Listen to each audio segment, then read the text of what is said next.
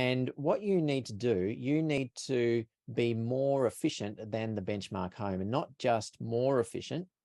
You actually have to be 30% more efficient than the benchmark home, which is not all that easy. It's actually quite a high bar.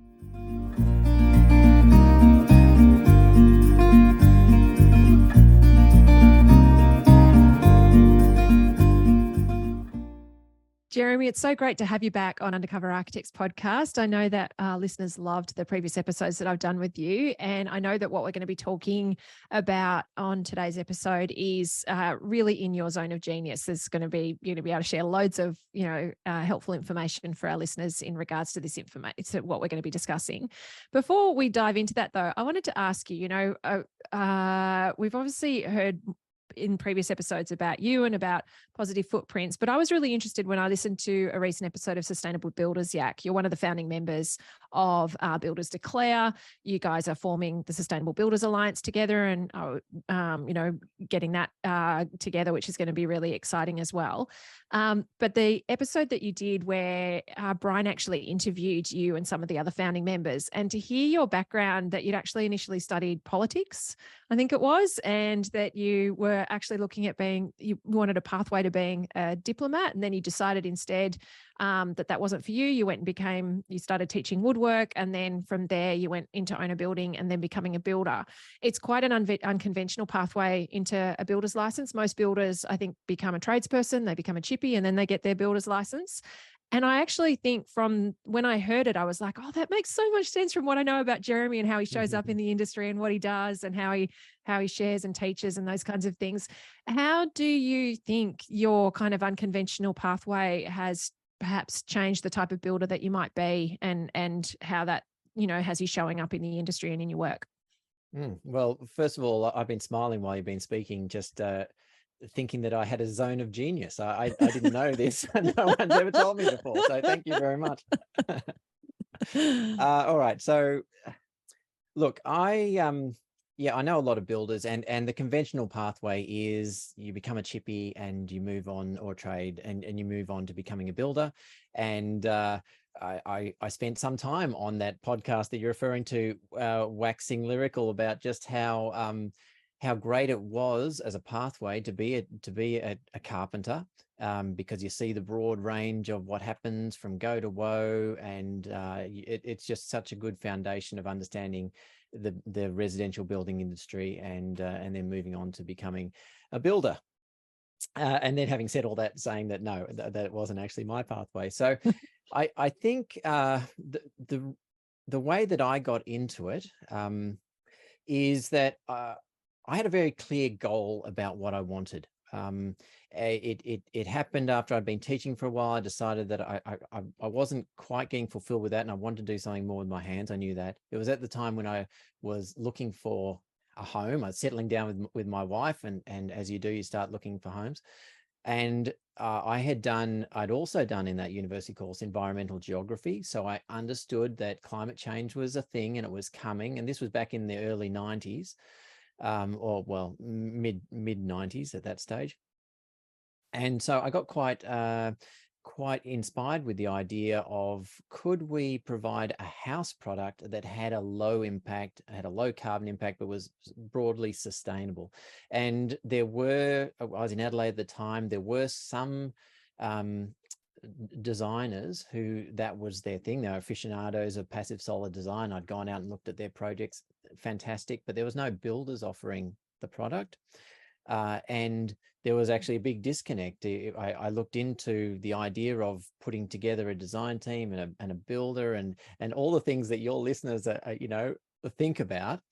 And I thought to myself, this is just too hard. And I talked to my wife, and we both got inspired actually at that stage to say, yeah, this would be a good thing to have to do with our lives and to achieve. So that then, okay, we had the vision. That then led to, well, if we're going to do this thing, we need to know how to design a house. So my wife went back to TAFE to become a designer.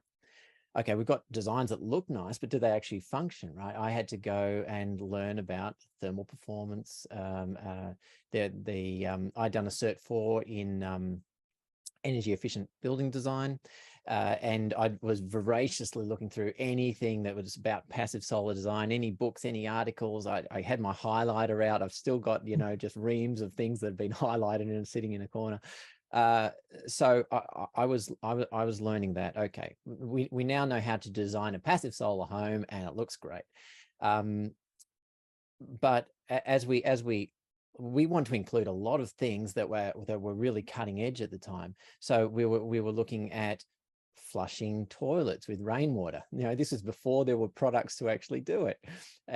So that was a bit strange. And grey water, we had to explain to a plumber what grey water was.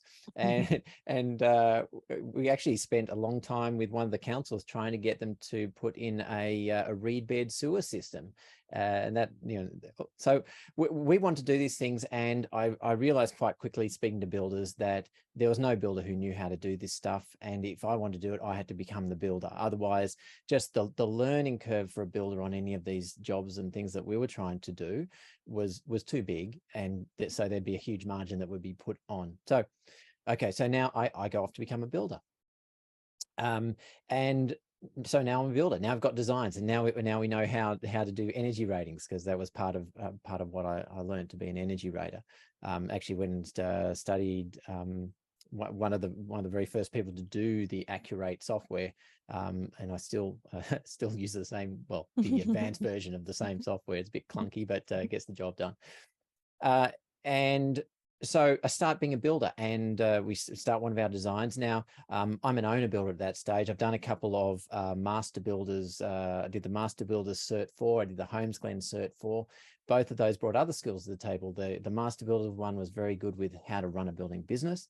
The Homes Glen one was very good about the code and how to actually build, So, but as soon as I started doing the owner building, I was then finding, okay, now I'm just bringing in trades, and I've got to explain to the trades what I want, and I've got to communicate, a certain level of quality with the insulation, with the wrap, with different things, with getting toilets to flush, and explain to the plumber how I wanted, the pipes to run, and it was just difficult.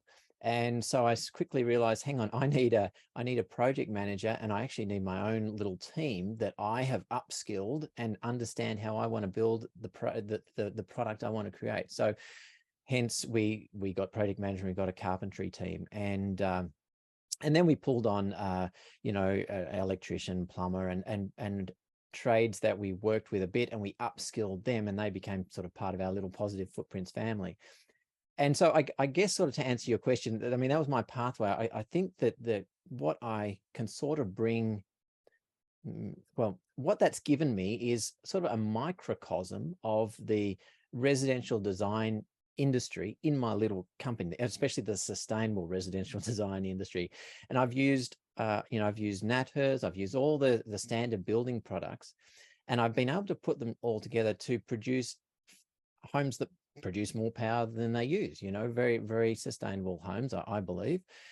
And so when I look out into the industry today, it's reasonably easy for me with that background to be able to see where things aren't working, and what knowledge needs to be, in certain areas, and what needs to change in different areas. So it just gives me that that ability to get my little microcosm and apply it more broadly, I guess. I think too, it's a pathway that put you at the coalface of what your potential clients were dealing with as well. So in terms of you getting in the kind of mind's eye of the people you were going to be serving, it was great market research. Oh, 100%. But it's when I look back on it, it is there was a lot of lessons to learn, and every time those lessons cost money. So I look at my carpenters on site, and I'm somewhat jealous of them. We're very proud of how we lead our apprentices. We build them up, we teach them every step of the trade, and by the 4th year, we actually get them to lead projects. And I wish I'd had that sort of background. Fantastic.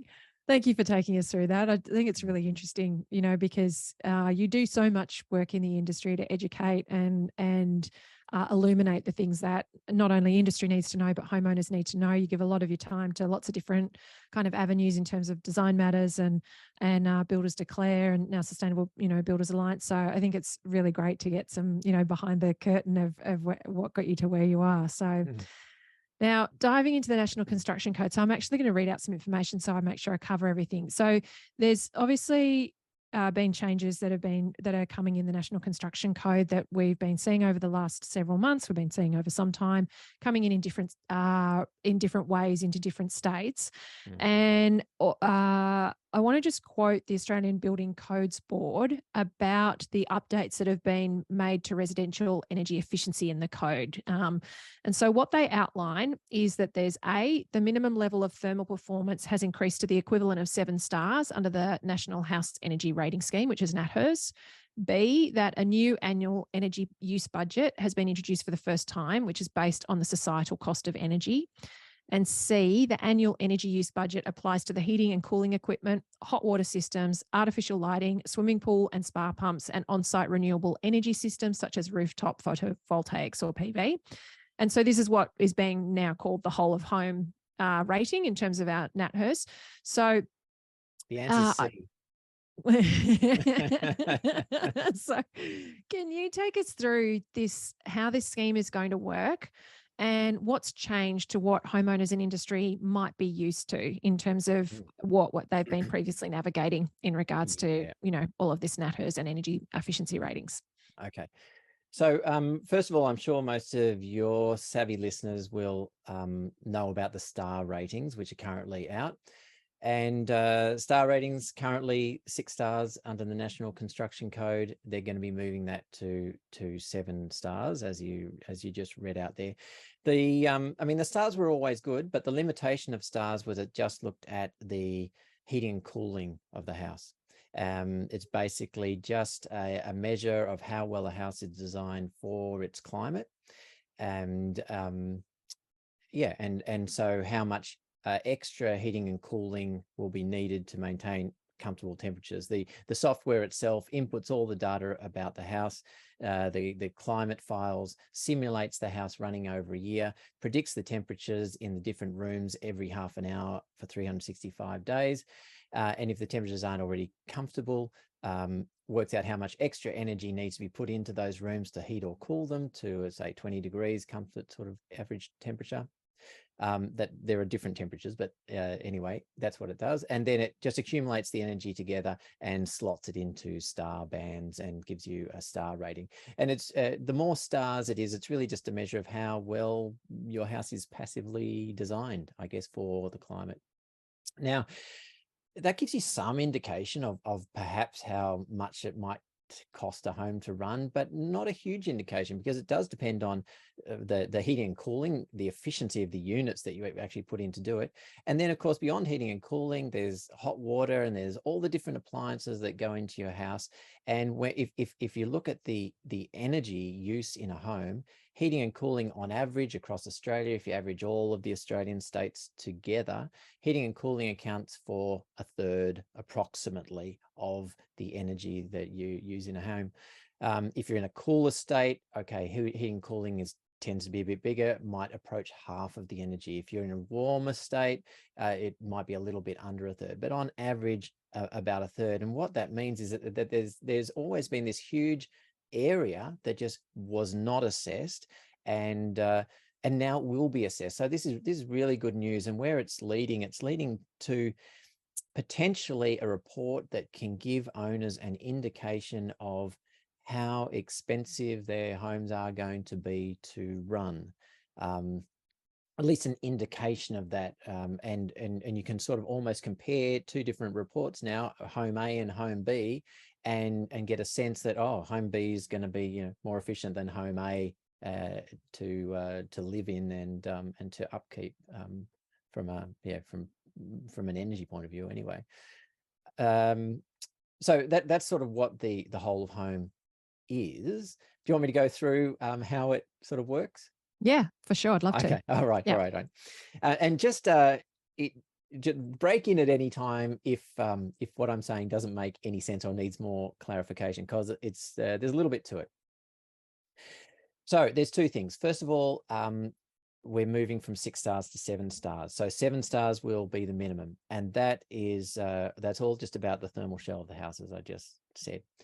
Then in practical terms, this is what the information that your designer or you yourselves are going to need to put on the plans for to get a whole of home rating. You're going to need to put on the heating and cooling plant that you're using. So that is the brand and the make and model.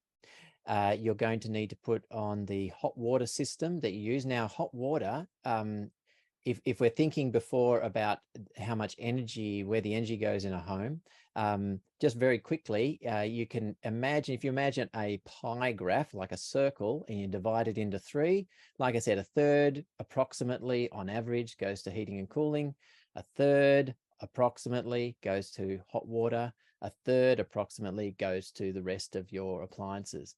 Now, these are they're not a third, but I'm just making it easy and clumping it into 3 bits. And for the sake of that, does lighting sit in your appliances?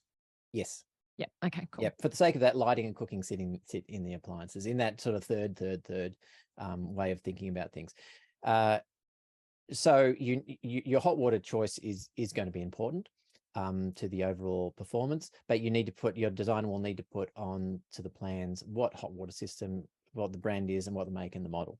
The reason that that they need to put this information on, because they're going to need to pass that to a thermal assessor, an energy assessor. Let's call them energy assessors now, because they're not just thermal anymore. They're the whole deal. And they're going to pull up the specifications, and they're going to put the energy efficiency of the units into the model as well.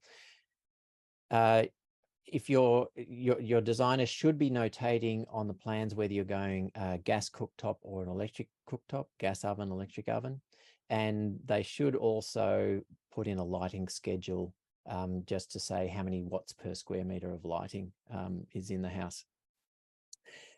Now, there's also a huge range of appliances that get plugged into a home over its life, from everything from mobile phone to computers.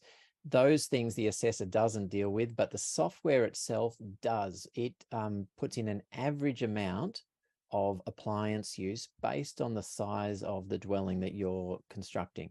So bigger houses, it assumes that there's more people living in it, there's more appliance stuff going on. Smaller houses, a little bit less. And then it will, once all that information's into the software, the assessment will then run, and it will again look at what the energy efficiency of the shell is and how often heating or cooling is required. Then it will look at the heating and cooling plant, the efficiency of that, and will work out how much energy is actually being used to supply that heating and cooling. It will, from the size of the house, it will give an approximation of how many people are living in it, and it will simulate them having showers throughout the year, turning light switches on and off, and cooking meals, and basically just using general appliances. And at the end of all that process, it'll come out with a figure of how much, so it comes out with a figure. Let me explain what you're going to see on the report, and I'll explain. Yeah, I'll explain the figures, because I would have hoped, originally I had hoped that it would come out with, this home will, cost somewhere around $3,000 a year to run, or, this home will cost $500. No, it's not quite as clear as that, though the pilot tools were pointing in that direction. Some politics has happened, and it's become a little bit more, clouded as to the numbers, but I'll explain things. So that's sort of how the software works. Now, there's another thing that's going on. The scheme requires all homes to be above what they're calling a benchmark home. And a benchmark home is exactly the same floor plan and design as your home, but it's got certain appliances. They're called benchmark appliances. It's got a ducted reverse cycle air conditioner, a 3-star ducted reverse cycle air conditioner for heating and cooling, and it's got a 5-star gas instantaneous hot water system. And then whatever you did for your cooktop, it'll just use the same. And for lighting, it'll put in 5 watts per square meter, and the appliances it pulls up automatically.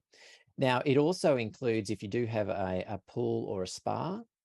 This is what I didn't say before. If you've got a pool or a spa, pool pumps and spa pumps get inputted into the simulation as well, but not pool heating or spa heating yet. Those Oh, two are wow. off, even though they Okay. use a hell of a lot of Yeah, I energy. was going to say, yeah, they got to tip the scales.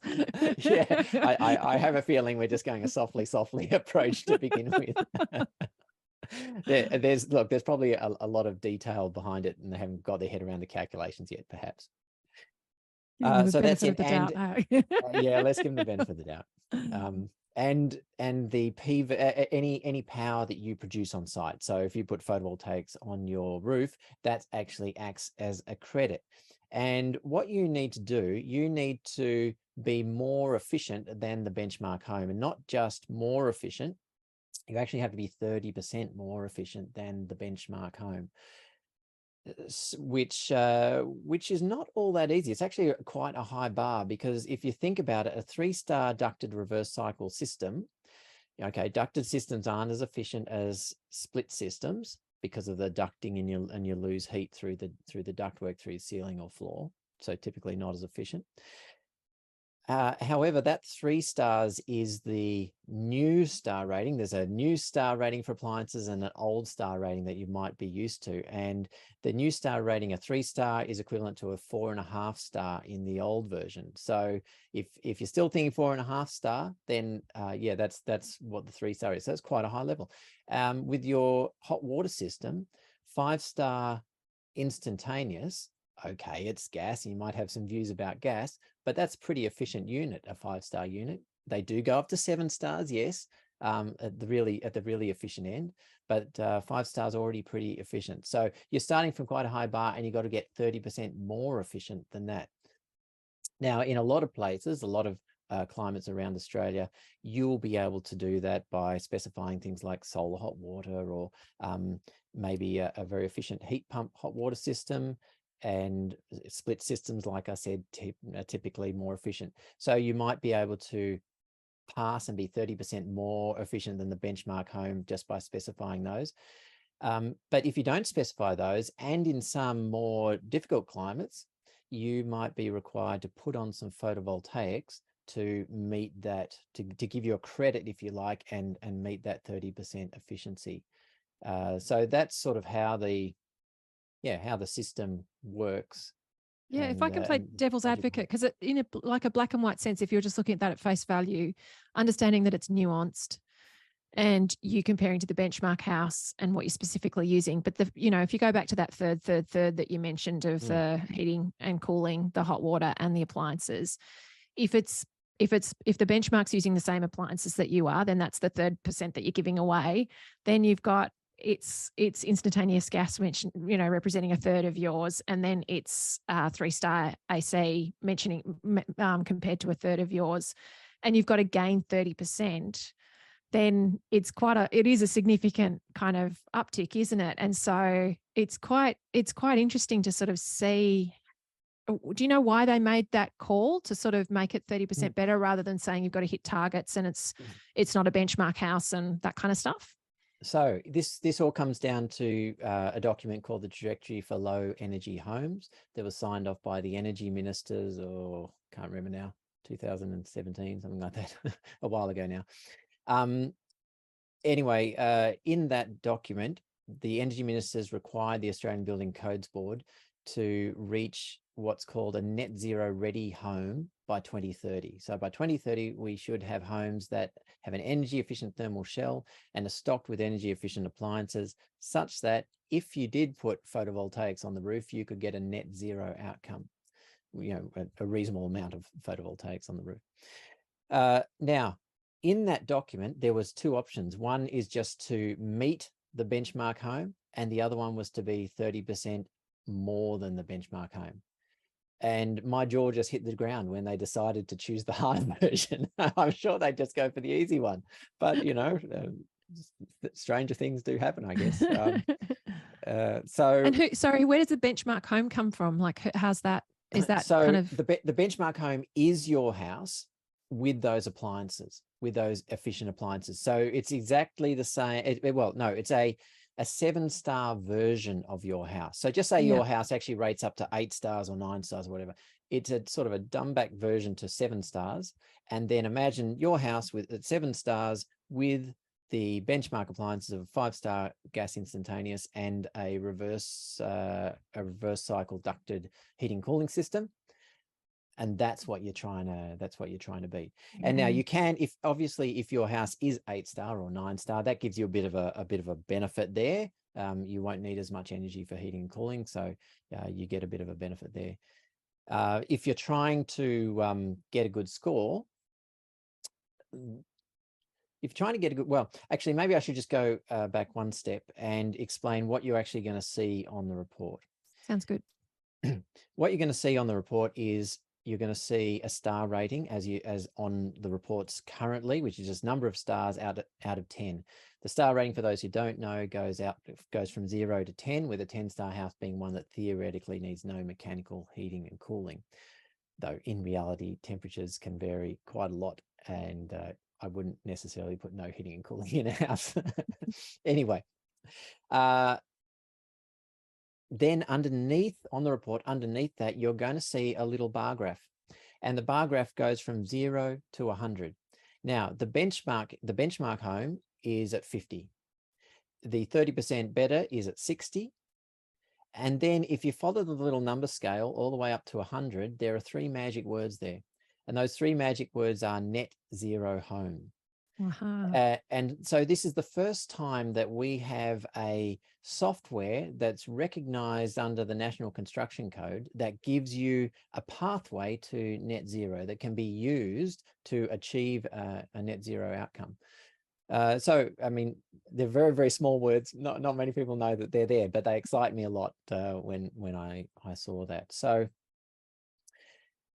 yes, it is quite a high bar, and it's meant to be, because we've got to get a handle on how much energy we are using, and it's not that hard once you know what to do. In fact, I sort of predict that once this comes in, maybe a year after it comes in, more and more homes will find, hang on, I can see how to actually get to net zero and to clear this bar, and it becomes an easy process. And I predict that we're going to get a tsunami of net zero homes in the next 2 years or so, because this is what you need to do, listener.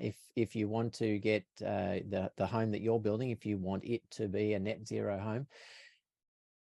Before I give you the secret sauce there. Yeah, how does on tenterhooks? Well, you're on tenterhooks at that end. Why would you want to do it? Let's just start with that. Why are we even trying to do this, and why do I think it's a good idea that I made a company that does it? And why do I think that you might want to do it too? The average home, the average dual fuel house, if you average across Australia, once again, spends around about $2,400 a year these days, with rising prices of electricity and gas. $2,400. Now, if you can get to a net zero home, you pretty much save most of that. There's some set costs that just for having appliances connected, having your electricity, say, connected. But as far as the usage, your usage drops hugely, and that's money in your pocket over the life of the house. So you can quite easily save, $1,800 to $2,000 a year, especially if you get off gas and you only have the one connection fee. So there's that. The other thing is, in using that energy or buying that energy, that $2,400 of energy, fossil fuels are burnt still to provide that, and that releases around about 6 tons of carbon dioxide for the average home. It's actually starting to drop a little bit as more coal-fired power plants are retired and more wind and solar come online, but it's still quite a big load. So every year you're releasing, or just by paying your bills, your fuel bills, you're part of releasing that carbon dioxide into the atmosphere. So no one wants to release carbon dioxide. No one wants to pay $2,400. What they want is the service of the power that they're after. So that's why I suggest you might want to do it. Okay, this is now we're up to how to do it.